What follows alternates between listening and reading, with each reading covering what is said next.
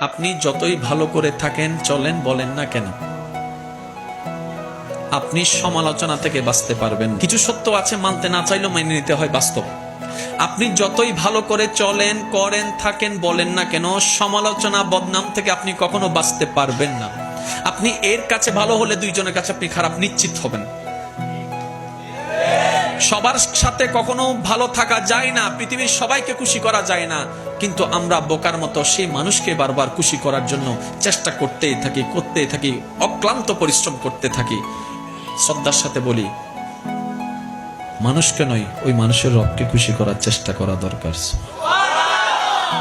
কারণ এই মানুষ কখনো আপনাকে আমাকে থ্যাংক ইউ না দিলেও ওই রবের রহমত আমাদেরকে ভরপুর করে দিবে। সুবহানাল্লাহ। তাহলে সমালোচনা, বদনাম আপনি যদি মনে স্থান দেন, আপনার মন বারবার আঘাতপ্রাপ্ত হবে, কষ্ট পাবে।